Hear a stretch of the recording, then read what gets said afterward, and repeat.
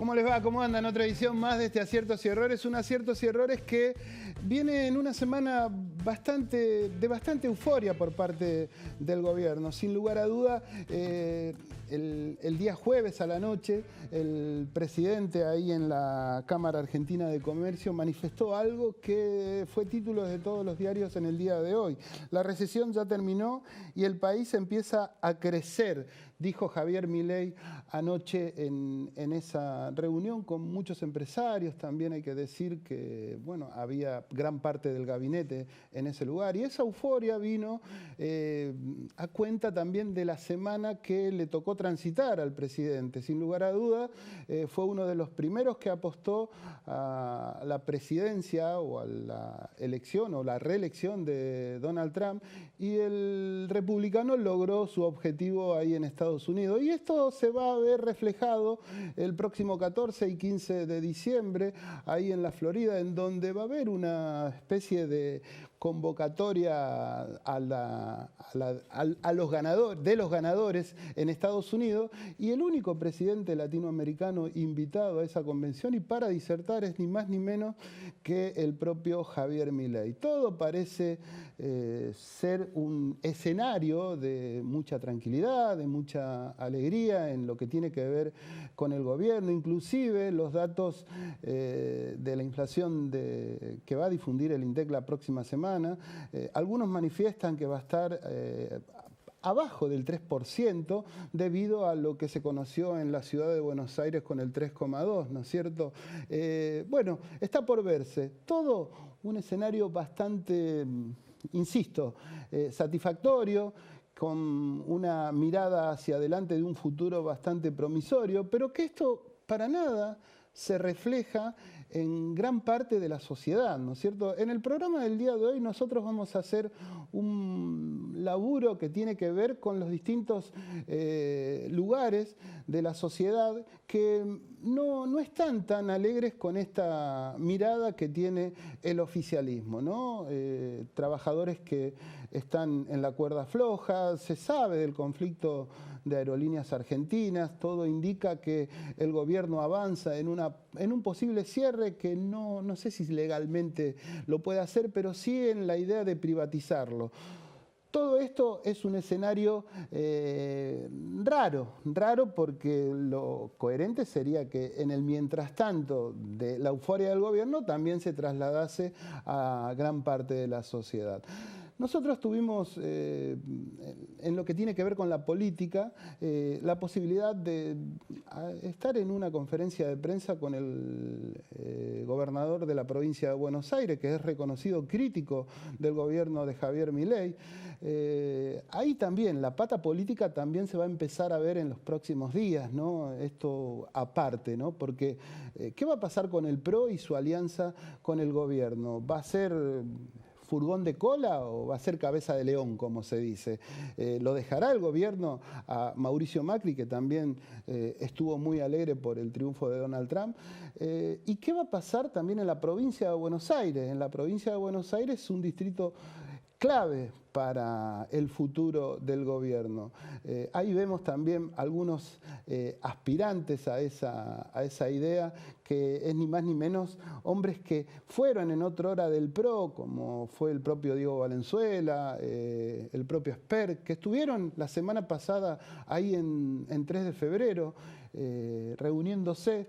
Son hombres que eran del PRO, que ahora aparentemente tienen un vínculo muy fuerte con Javier Milei y serían esa pata dentro de lo que, insisto, la política va a demandar hacia futuro. Y volviendo al caso de lo de San Martín, ahí en un complejo, en un barrio humilde, inauguraron obras el gobernador de la provincia de Buenos Aires junto con el intendente de San Martín. Estoy hablando de Fernando Moreira, acompañado por el ministro de Obras Públicas de la provincia y otrora de la Nación. Estoy hablando de Gabriel Catopodis, hombre fuerte también, que vaya a saber cuál va a ser el futuro. Le preguntábamos en esta dicotomía que hay en la sociedad, cómo se festeja por un lado el gobierno y por el otro lado cómo la gente está repercutiendo en esta situación que es bastante crítica, porque cuestan pagar los impuestos, cuesta llenar la canasta básica, cuestan un montón de cosas.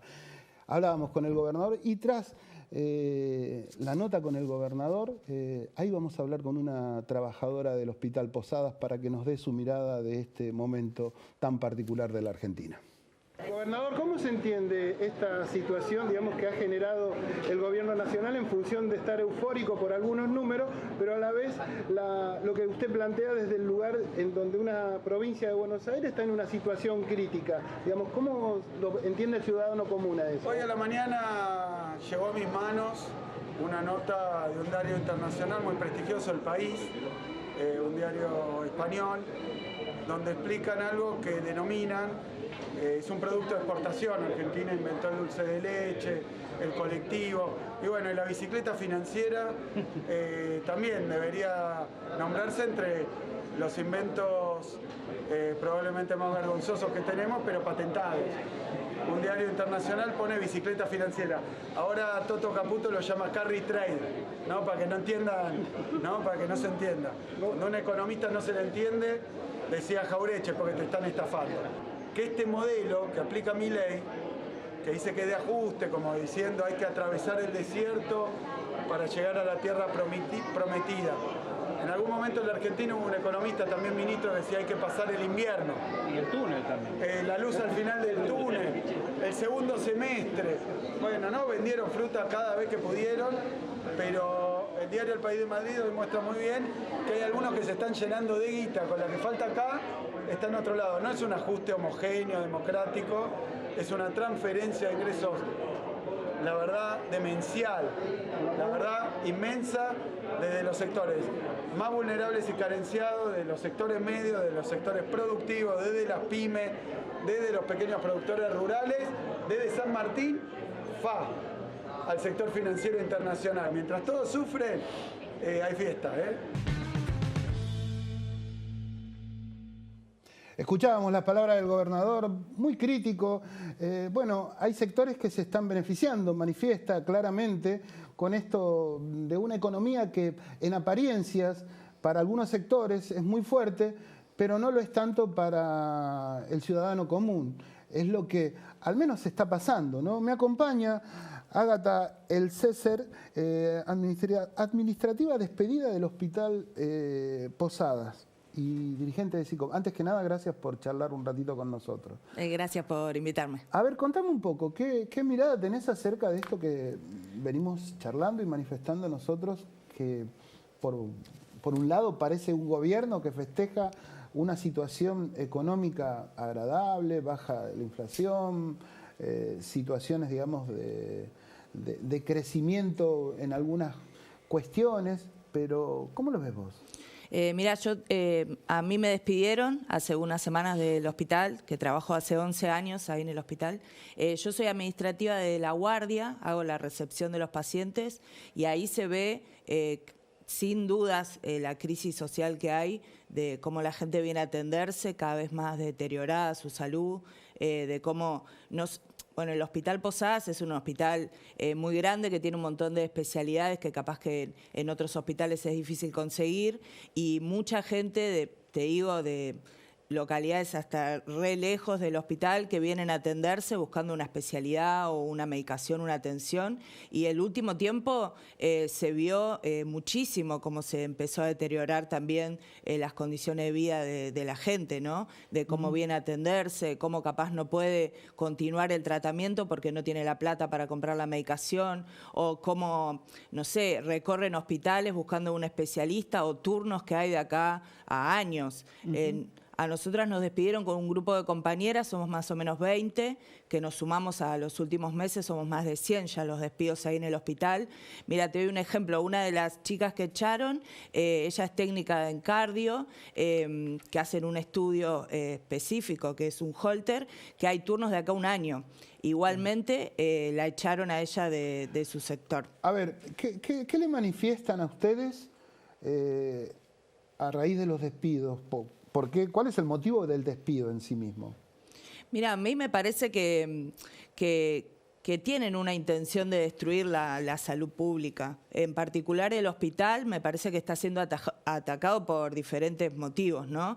En su momento, los despidos de hace unos meses, la mayoría eran profesionales de muchos años de trabajo, que hacen estudios específicos o especialidades muy difíciles de conseguir, y que eso dificulta cada vez más el acceso a la salud de la población más pobre, que es la que se atiende en el hospital. Después de eso, nosotros y, bueno, yo soy parte de SICOP, soy delegada de SICOP, también estuvimos solidarizándonos con todos esos compañeros que habían despedido, y después nos despidieron a nosotros, a otro grupo de compañeros que precisamente veníamos acompañando también toda esa pelea. A ver, para poner un poco en contexto, el Hospital Posada es un hospital nacional, depende del gobierno nacional, valga la redundancia. Está ahí en la autopista del oeste, ¿no? A la vera. Es conocido, es muy conocido. Tiene alrededor de 5.000 empleados, además de monotributistas y residentes. Y también hay 5 gremios. Ella pertenece a SICOP, pero hay 4 gremios más, digamos. ¿Qué rol cumplen esos gremios, digamos? También, porque también está en discusión lo gremial, o al menos el gobierno lo ha demonizado a los gremios. ¿Qué mirada tenés vos acerca de esta situación que plantea el gobierno y, por otro lado, digamos, qué rol están cumpliendo los otros sindicatos? Claro. Mira, nosotros en el hospital, y yo creo que se puede hacer también pensarlo en otros lugares, los sindicatos nos dejaron totalmente solos, o sea, no nos están acompañando. Nosotros, incluso empezando a hacer actividades, sumándonos, haciendo asambleas, juntándonos con otros hospitales que están peleando, como el Hospital Garrahan, el Hospital Bonaparte, pero desde los sindicatos mayoritarios no hay ningún tipo de apoyo. ¿Y por qué crees que se da este no apoyo? A mí me parece que hay una complicidad también con las medidas que está tomando el gobierno. O sea, si yo pensaba también que hace poco fue el paro de transporte, que se dio parcialmente, ¿no? Que pararon algunos gremios, y ahí se vio claramente como había muchos trabajadores que querían parar, que están descontentos con sus condiciones de trabajo, con lo que cobran, porque también todos los precios se fueron por las nubes, o el alquiler, ¿no? Todo eso es muy difícil llegar a fin de mes, y me parece que ahí se mostró que así como nosotros queremos pelear en contra de los despidos y por nuestra reincorporación, también hay un montón de trabajadores que quieren pelear, y los sindicatos nos están dejando solos. Eso me parece que no es solo en el hospital, sino que es más allá. Incluso las centrales sindicales, ¿no? Que no convocan a una medida para que podamos participar. ¿Hay algún nexo de comunicación entre los empleados o los trabajadores del Hospital Posada y el gobierno nacional, en este caso el Ministerio de Salud? No, por los despidos no. Nosotros, incluso en el hospital, hay una pelea ya de hace rato de todos los residentes de Nación, no solamente en el Posada, sino en otros sectores, en otros hospitales nacionales, que también vienen peleando por... Ellos cobran, no sé, entre 700 y 800 mil pesos por mes, o sea, no les alcanza para nada la plata, y además son un sector grande de los trabajadores del hospital, y ellos también vienen reclamando al ministerio, y también vienen con promesas, pero después no cumplen ninguno de los aumentos que les prometieron. Claro, porque no es solo una cuestión de dinero, o sea, de paritaria, sino que vienen con un retraso ya desde hace mucho tiempo en lo que tiene que ver con los sueldos ustedes, ¿no? O sea que es un poco parecido a lo que le está pasando a los trabajadores de las universidades, ¿no es cierto? Ese reacomodamiento y actualización de los salarios, ¿no? Sí, además en la salud de conjunto también se da, porque si vos no tenés un buen presupuesto para el hospital, si hay malos sueldos y ahora también hay despidos, también se va deteriorando la atención. Hay muchos profesionales que se van capaz al privado a trabajar, y cada vez se vuelve como más difícil también, no sé, que se formen profesionales en lo público, que se pueda mejorar la calidad de la atención también. Claro, las condiciones de trabajo también se han deteriorado indefectiblemente, ¿no? O sea, falta de insumos, o sea, todo eso también repercute en este momento. Sí, sí, sí. Eso se está incrementando cada vez más, porque además hay mucha gente que en otros lugares se queda sin obra social o son despedidos, o muchos que tienen obras sociales que tienen que pagar bonos o copagos y terminan viniendo al hospital público porque no tienen la plata para pagar, y entonces cada vez hay más demanda también de pacientes que vienen a atenderse, y entonces los malos salarios, hay poco presupuesto, poca inversión también ahí, y hay más pacientes para atenderse, eso se va deteriorando cada día más. Vos me decías que sos delegada de SICOP, pero te despidieron igual. Sí, mira, yo trabajo en el hospital hace 11 años, hay compañeras que las echaron de más años todavía de hospital, y estamos contratadas también, desde siempre. O sea, nosotros desde que yo ingresé al hospital firmamos un contrato todos los años, y ahora con este gobierno cada 3 meses. Ya partimos de esa base de que tenemos una inestabilidad en nuestro trabajo desde siempre, digamos, de todos los gobiernos. Claro. Y incluso ahora ni siquiera cumplen con esto de respetar el fuero que uno tiene, sí, como... el fuero, el convenio, claro, colectivo de trabajo, en definitiva. Por participar, ¿no? Digamos. No, bueno, está bien. Es lamentable la situación, ¿no? Lamentable para ustedes que cumplen un rol más que importante dentro de la sociedad, son hospital público, digamos. Y lo llamativo es que no haya una respuesta por parte del otro lado, ¿no? Ya para ir culminando, ¿qué esperás o qué...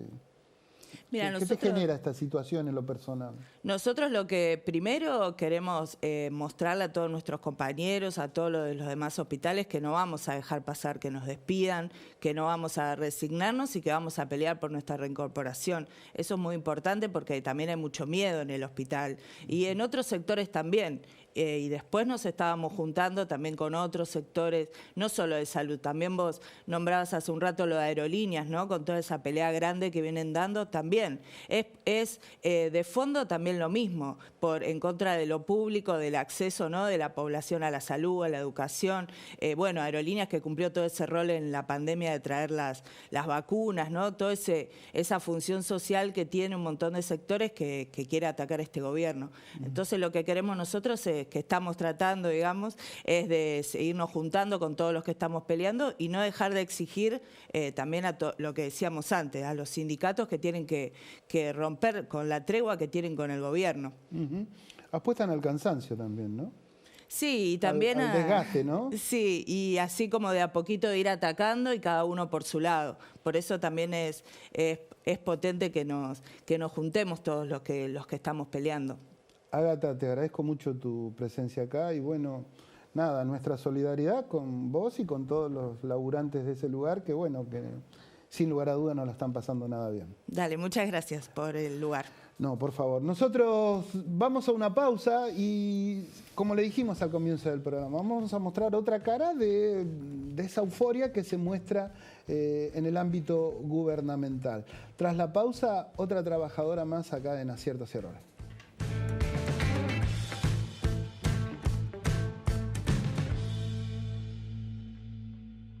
Si abrís una empresa o comercio en 3 de febrero, la habilitación es gratuita. Te bonificamos por 1 año la tasa de seguridad e higiene. Queremos hacerte la vida más fácil, que progreses y generes empleo. Un Estado eficiente que se pone de tu lado. Municipalidad de 3 de febrero. Este verano, con cuenta DNI, tenés descuentos en todo tipo de restaurantes. Marche mejillones para la mesa 4. ¿Quiere un poquito de limoncito? ¿Quiere un poco de pimienta? ¿Cómo no? Ya le traigo la cuenta, jefe. Flancito mixto, cortesía de la casa, señor. Millones trabajan, millones descansan y toda la provincia se beneficia con cuenta DNI. Gracias por la propina, jefe.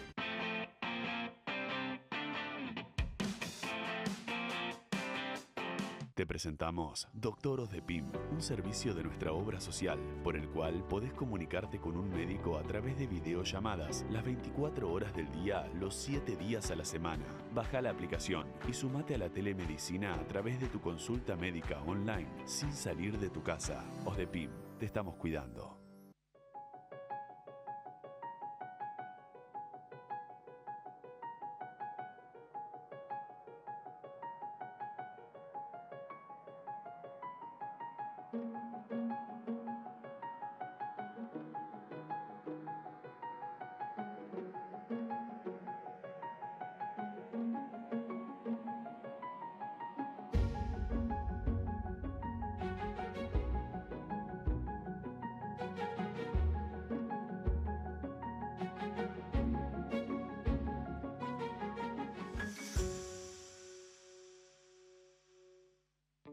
Seguinos en nuestras redes sociales y entérate de todas las actividades legislativas.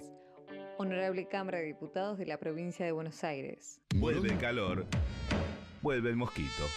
Para prevenir la propagación del dengue, hay que impedir que el insecto se reproduzca. Evita la acumulación de agua en todos los espacios de tu casa. Municipio de Morón, Corazón del Oeste.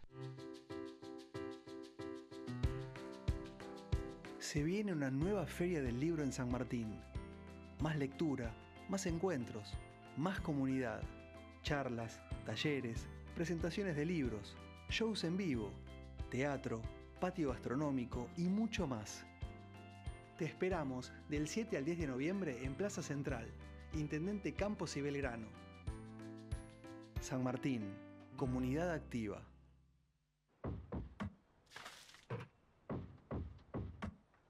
Vacía, limpia y cepilla los recipientes que acumulen agua. Sin agua estancada, prevenís el dengue. Más recomendaciones en buenosaires.gov.ar/dengue. Buenos Aires Ciudad. Vamos por más. En lo que tiene que ver con las distintas movilizaciones que se están llevando adelante en estos últimos días en los distintos puntos de la capital federal. Antes que nada, Soledad, gracias por charlar un ratito con nosotros. Muchas gracias. Gracias por la invitación. A ver, contame un poco, Soledad, ¿cómo están transitando ustedes este momento en donde ayer el presidente en esta charla que dio en la Cámara Argentina de Comercio se jactó de que echaron a 33.000 ñoquis, además echamos a otros 3.155 personas que les perseguían desde la FIP, dice. ¿Qué análisis hacen de estas palabras del presidente? No, el discurso del presidente es un discurso de odio, es un discurso que estigmatiza a los trabajadores y trabajadoras.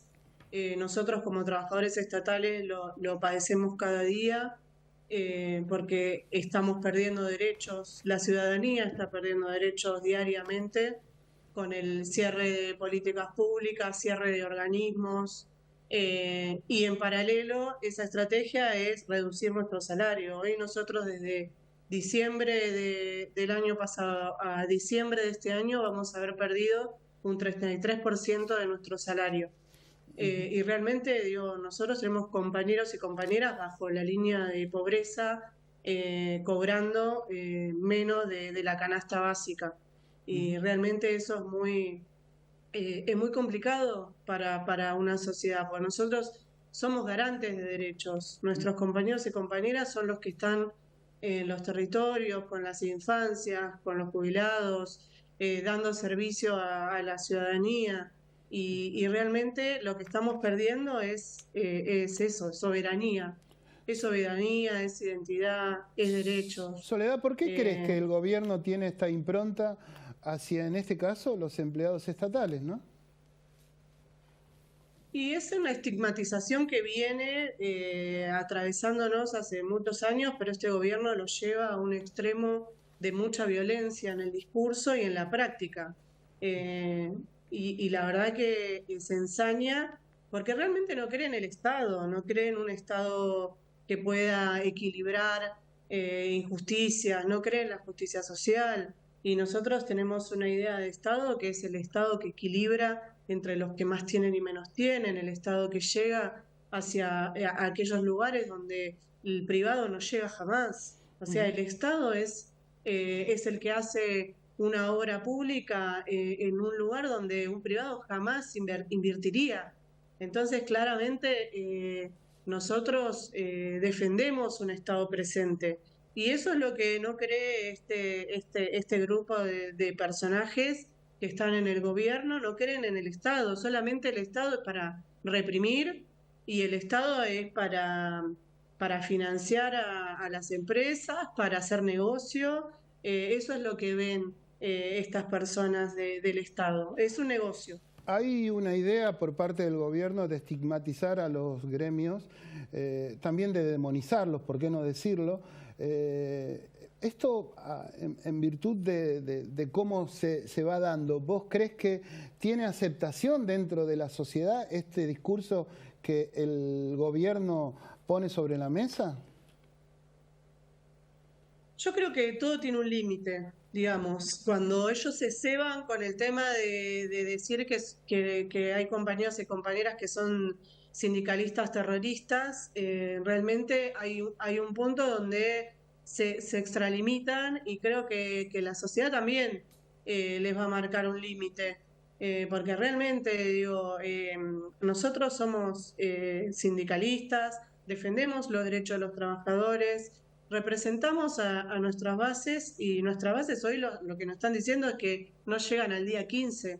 Nuestros compañeros y compañeras no tienen para darle de comer a sus hijos y realmente eso es muy complicado y es un límite. Realmente ese es un límite.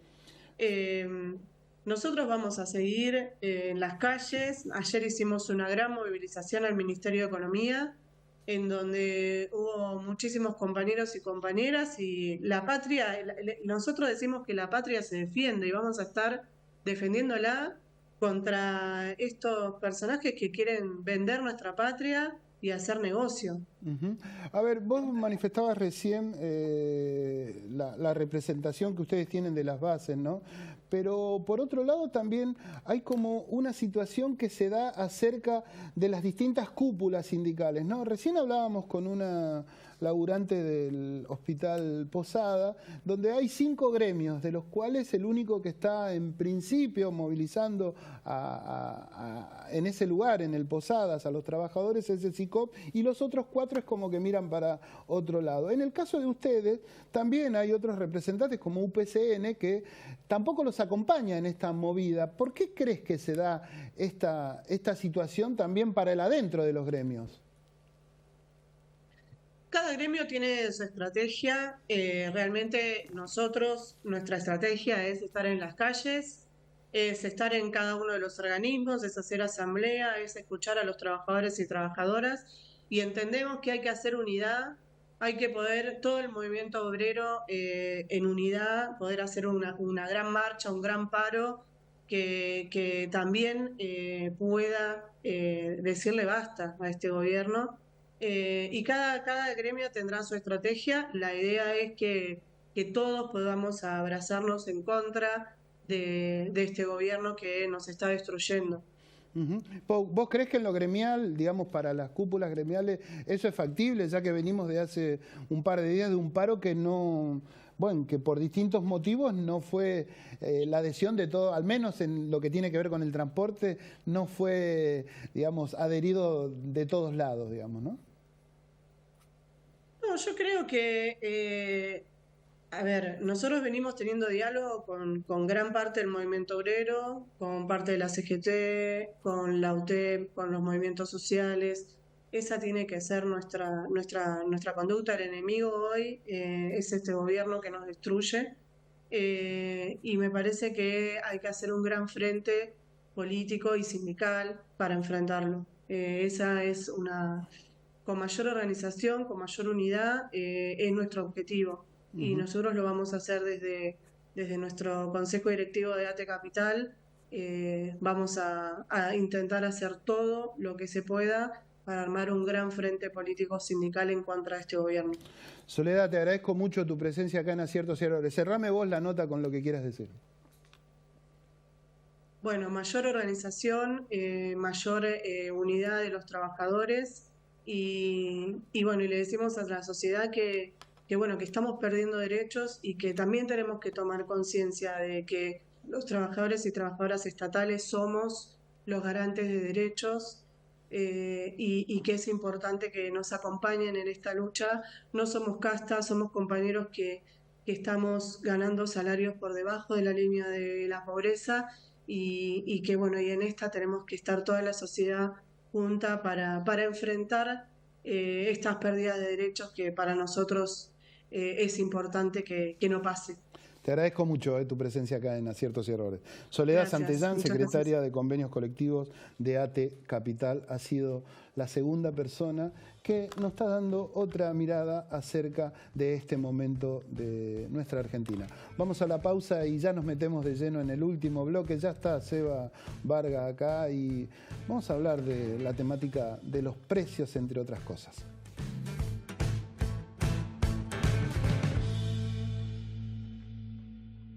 Si abrís una empresa o comercio en 3 de febrero, la habilitación es gratuita. Te bonificamos por un año la tasa de seguridad e higiene. Queremos hacerte la vida más fácil, que progreses y generes empleo. Un Estado eficiente que se pone de tu lado. Municipalidad de 3 de febrero. Este verano, con cuenta DNI, tenés descuentos en todo tipo de restaurantes. Marche mejillones para la mesa 4. ¿Quiere un poquito de limoncito? ¿Quiere un poco de pimienta? ¿Cómo no? Ya le traigo la cuenta, jefe. Flancito mixto, cortesía de la casa, señor. Millones trabajan, millones descansan y toda la provincia se beneficia con cuenta DNI. Gracias por la propina, jefe.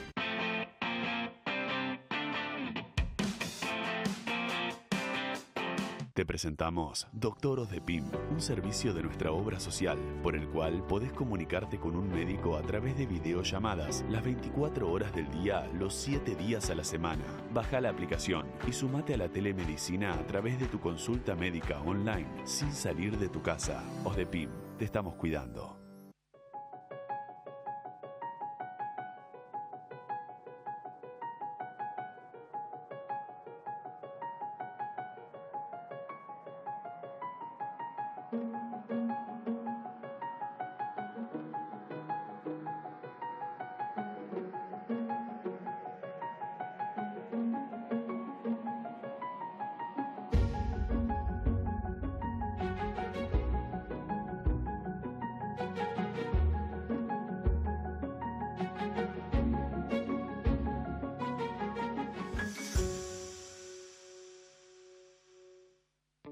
Seguinos en nuestras redes sociales y entérate de todas las actividades legislativas.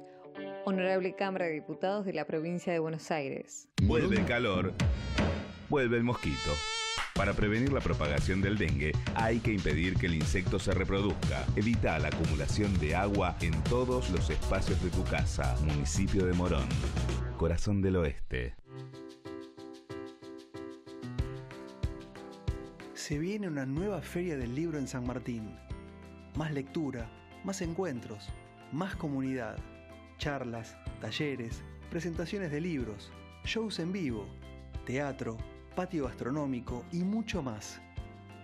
Te esperamos del 7 al 10 de noviembre en Plaza Central, Intendente Campos y Belgrano. San Martín, comunidad activa.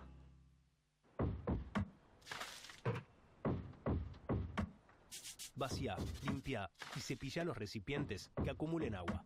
Sin agua estancada, prevenís el dengue. Más recomendaciones en buenosaires.gov.ar/dengue. Buenos Aires Ciudad. Vamos por más. Último bloque de este Aciertos y Errores. Ya me acompaña Sebastián Vargas. Vamos a hablar de política, pero desde otro lugar, ¿no? Desde el lugar de, como venimos hablando en todo este programa del día de hoy, con una mirada no opuesta, sino distinta a lo que manifiesta el propio gobierno nacional en función, insisto, de este momento de algarabía que hay dentro del oficialismo. Seba, ¿cómo andás? ¿Cómo estás, Enrique? Bien. ¿Vos?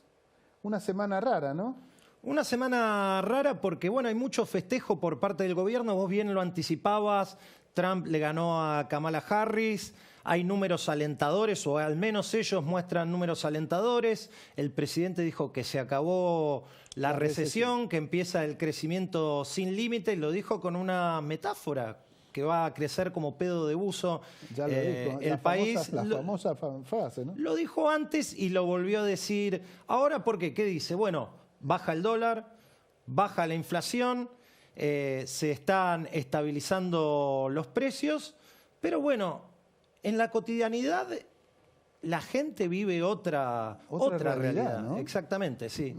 No todo es baja el riesgo país, gana Trump y podemos volver a tomar deuda. También en el almacén del barrio suceden otras cosas. En esa metáfora, las burbujas, quizás quien las puede manifestar de la mejor manera, o al menos explicarnos, es ni más ni menos que Isaac Lundny, que ya lo tenemos en línea ahí en un Zoom, director del Instituto de Investigación Social, Económica y Política, el ISEPSI.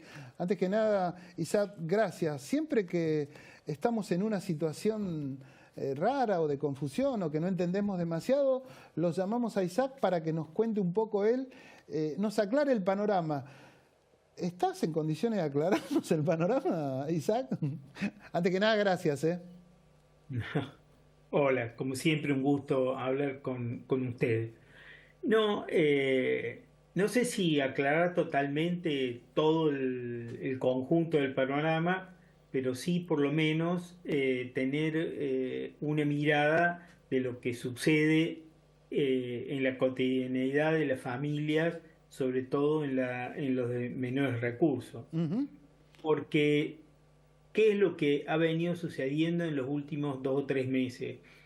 Hay obviamente un control, si se quiere, de los aumentos, por lo menos en relación a los aumentos que había en los primeros meses del año. O sea, hay una cierta contención, entonces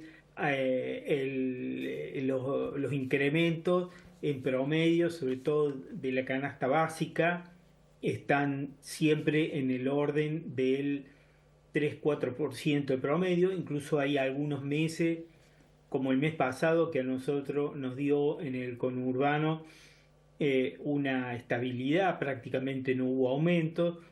Este mes de octubre, o sea, esto fue en septiembre, en octubre, el mes pasado, el último mes que relevamos, volvió a haber algunas subas, sobre todo en los productos de almacén. El promedio general de la canasta de alimentos en octubre nos dio con una suba de 4 puntos, pero obviamente, como te decía, ese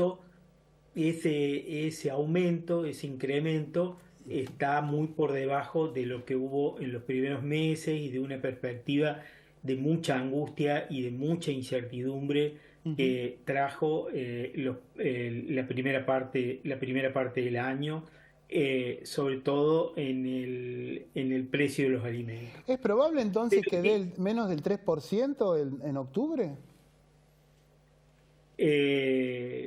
Bueno, no es lo que nos dio a nosotros. A nosotros nos dio 4 puntos. Pero en realidad el problema principal que tenemos hoy en el presupuesto de los hogares, yo creo que toda la sociedad y en particular en el conurbano, son los aumentos de los servicios, los aumentos permanentes de los servicios, los aumentos permanentes en el transporte, los aumentos permanentes en el combustible, bueno, y en las comunicaciones, que son incrementos que obviamente son absolutamente ineludibles de tener que sufragar. O sea, vos no podés eludir el aumento de transporte porque el jefe y jefa de hogar tiene que ir y volver todos los días al trabajo, entonces el aumento hay que pagarlo, hay que pagar la tarifa de la luz, hay que pagar el precio de la garrafa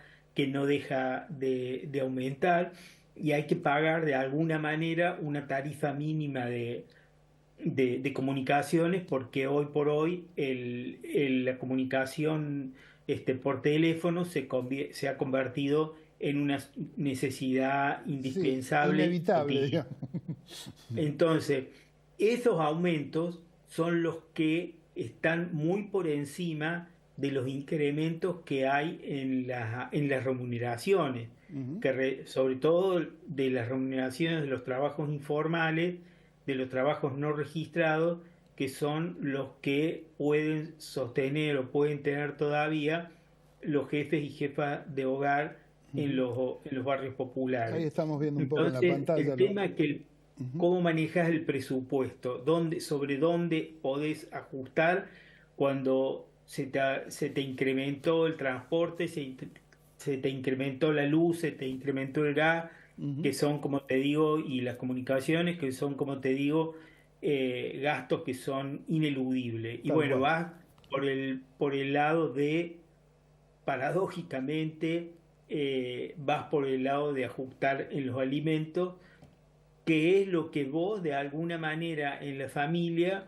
podés decidir adquirir productos que son más baratos, ni que hablar que son todos productos de segunda y tercera marcas. En realidad, el barrio, las primeras marcas no existen hace mucho tiempo, en los almacenes de barrio, en los negocios de cercanía del barrio, ni que hablar que tenés que ir por esas marcas, pero también tenés que ajustar evitando productos de más precio, ni que hablar las carnes, que aunque no han aumentado mucho, son de las que menos han aumentado, los productos que menos han aumentado en el último tiempo, igual son productos muy caros para el presupuesto de la familia.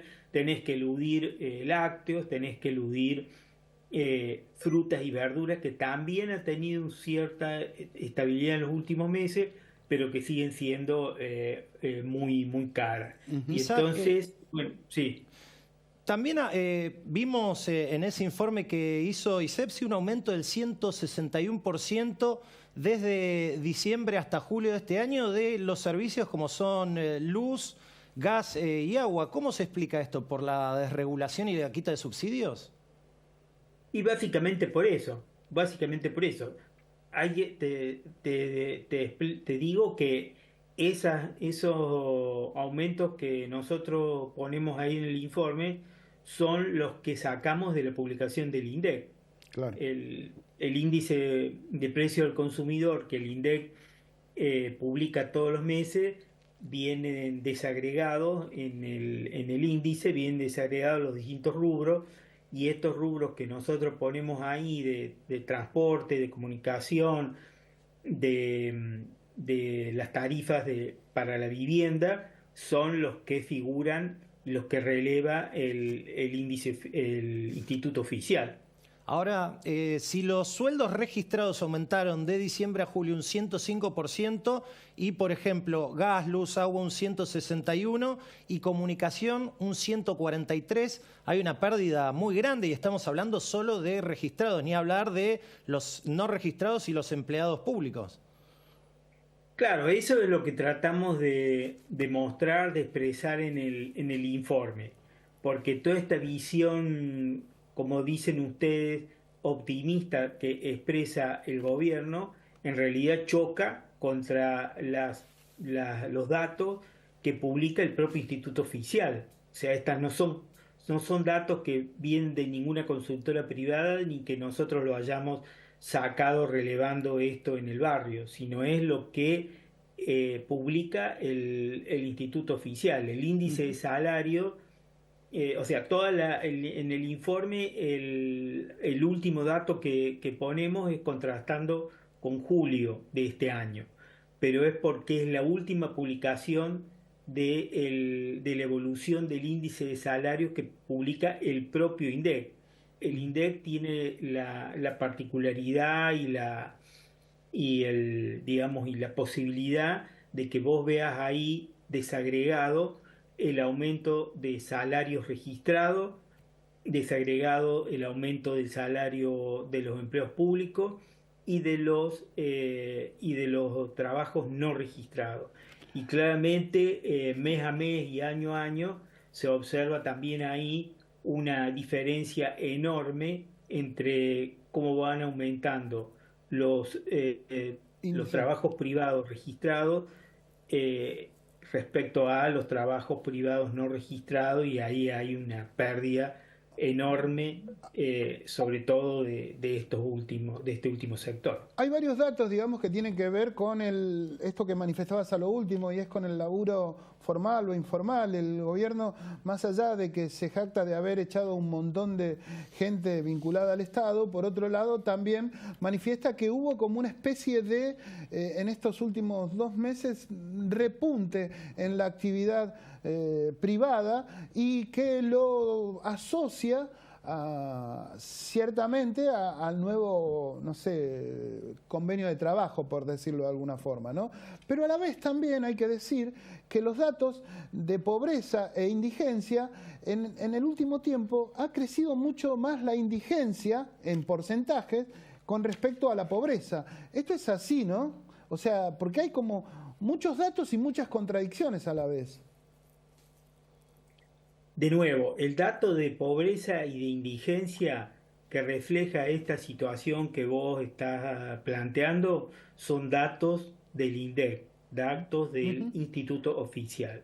O sea que ahí No hay duda. No hay ninguna especulación de manipulación de datos o de, digamos, una estadística caprichosa que se toma desde algún punto de vista raro. O sea, es la publicación del Instituto Oficial del primer semestre del año que reflejó respecto al último semestre del año pasado ese crecimiento enorme de la pobreza y en particular dentro de la pobreza de la indigencia. Y esto en realidad es una manifestación de lo que te comentaba al principio. O sea, los aumentos, si vos lo querés analizar exclusivamente en relación al aumento de los alimentos, que han entrado en un periodo de menos aceleración de los aumentos, bueno, te produce quizá algún interrogante de por qué es que realmente hay semejante aumento proporcional a la indigencia. Pero lo que pasa es que hay que tener una visión general del presupuesto familiar y cuáles son los costados por los que en este momento el presupuesto familiar se ve más deteriorado. Y es por el lado justamente de los servicios, y son los servicios regulados. ¿Regulados por quién? Regulados por el Estado. Sin lugar a duda. El Estado ahí claramente interviene de una manera que es agresiva, no justamente para la casta, sino para los hogares del conjunto de la sociedad, que particularmente afectan a los hogares de los sectores de menores recursos. Clarito, Isaac. La verdad que, bueno, el panorama, más allá de lo que vos decís, no se presenta muy alentador para adelante, porque las tarifas siguen su curso en alza, digamos, ¿no? Se prevé que el gobierno tiene pensado que la tarifa sea plana y ya no con los subsidios que en muchos casos todavía rigen en varios hogares, ¿no? Sí, o sea, es la política, digamos, del gobierno, que más allá que está planteando que supuestamente hay una recuperación, también con observaciones muy puntuales sobre algunos sectores que no son justamente los que son de mano de obra intensiva, entonces pudieran realmente llegar a sectores, digamos, que tienen la posibilidad de ocupar más gente y con mejores sueldos. Esa mirada, digamos, puntual y prácticamente microscópica sobre algunos sectores que no son multiplicadores en el conjunto, con el conjunto de la economía, y bueno, obviamente choca con la realidad concreta de todos los días. O sea, en la medida en que la obra pública siga absolutamente paralizada, obviamente es muy difícil que, por ejemplo, la industria de la construcción llegue a tener una multiplicación importante y una recuperación de la ocupación en los sectores a los que realmente convoca. Está bien. Isaac, te agradezco mucho, como siempre, tu presencia acá en Aciertos y Errores. Muy claro. No, muchas gracias a ustedes y saludos y abrazos como siempre. Isaac Rubni, el hombre de ISEPSI, nos contaba un poco el panorama. Sebastián, ¿vos qué ves en todo este escenario? Digamos que, bueno, el gobierno manifiesta una cosa y, como venimos diciendo a lo largo del programa, pareciera que en la cotidianeidad de la gente común esto no está sucediendo. Sí, panorama por demás complejo por lo que venías diciendo, pero bueno, creo que el gobierno sabe utilizar bien ese concepto gramsciano de hegemonía, porque la verdad lo está logrando y además lo está logrando porque del otro lado, digamos, vos lo decías, esto es economía, pero a la vez es política. Tal cual. Digamos, si el gobierno sabe cómo hacer política con esto, tiene un discurso claro, va para adelante, vos lo venís viendo en todos los conflictos que lleva adelante, ahora contra Intercargo, contra Aerolíneas Argentinas, y siempre tiene alguna suerte de bomba de humo para distraer, pero sigue firme con sus convicciones. Mientras tanto, acá, bueno, los números son claros. A ver si te aumenta un 161% el agua, la luz, desde diciembre hasta acá y tu sueldo, en el mejor de los casos, si sos registrado, aumentó un 105 y en el peor de los casos, si sos empleado público, un 84%, bueno, es lo que quedaste muy abajo, perdiste respecto del año pasado y esto es tomando desde diciembre. Si tomás interanual de julio a julio, es mucho peor. Es mucho peor. Claro, ese es un poco lo que se está planteando de los distintos ámbitos de lo que tiene que ver con el laburo estatal, si se quiere, ¿no? Porque el retraso que han tenido es abismal y la actualización, que es lo que se pide, entre otras cosas, más allá de la paritaria, es casi imposible. Me parece imposible conociendo la impronta gubernamental, ¿no es cierto? No creo que el gobierno diga, bueno, vamos a actualizarlo y después nos sentamos. No, eso no va a suceder. Queda claro que no va a suceder. Y volviendo a esto que vos planteás, el tema político, el gobierno ya me parece que tiene muy claro el discurso que va por un lado y la política que empieza a ir por otro lado, ¿no? Que me parece que ahí es donde se va a reflejar un poco el futuro, en principio alentador o agradable del gobierno, o un futuro un poquito más incierto. De hecho, el PRO ha manifestado cautela en este último, a través de la voz de los líderes, Macri, Ritondo, en cuanto al Congreso. Aparentemente ese acompañamiento que ha tenido hasta el momento con el gobierno pareciera que no lo va a ser tal de aquí en más, hasta tanto no se aclare el panorama de cuál va a ser el vínculo entre el gobierno, La Libertad Avanza, y el PRO hacia futuro, ¿no es cierto? Un panorama bastante, no sé, incierto. Sí, y te anticipo algo. El martes ya va a haber dictamen del bloque federal de Pichetto para tratar el tema de los DNU. Que fueron regulados allá por 2006, una ley de Cristina Fernández de Kirchner, y ahora se juntaría en el bloque federal los radicales díscolos, los 12 radicales que responden a Manes y a Lustó, y el bloque federal de Pichetto, para limitar los DNU, para darle un plazo de 90 días después del DNU para que se trate en el Congreso. Si no se trata, cae, y a diferencia de ahora, si cae en alguna de las dos cámaras, si se vota negativo el DNU, o en diputados o en senadores, caería el DNU. Tienen dictamen, hay que ver ahora justamente qué hace el PRO, qué hace la coalición cívica y qué hacen los radicales. Es ahí donde te estaba planteando esta situación que los propios líderes del PRO están manifestando. Qué sé yo, es como esa idea de mirar para otro lado, digamos, en tanto y en cuanto no resuelvan para el adentro cuál va a ser el vínculo a futuro entre el gobierno y el PRO. Digamos, un Mauricio Macri que por estos días, sin lugar a duda, tiene una mirada de decir, ¿por qué no fui yo? Digamos, yo tendría que estar en ese lugar. Y bueno, evidentemente lo va a tratar de compensar con su actitud política. Así es. Así que, bueno, nada, este es un escenario que nos ha planteado el gobierno.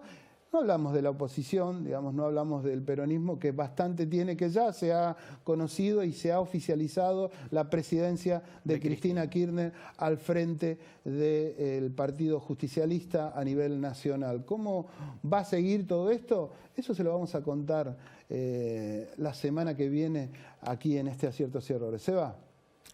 Gracias. Gracias a vos. ¿Cómo era?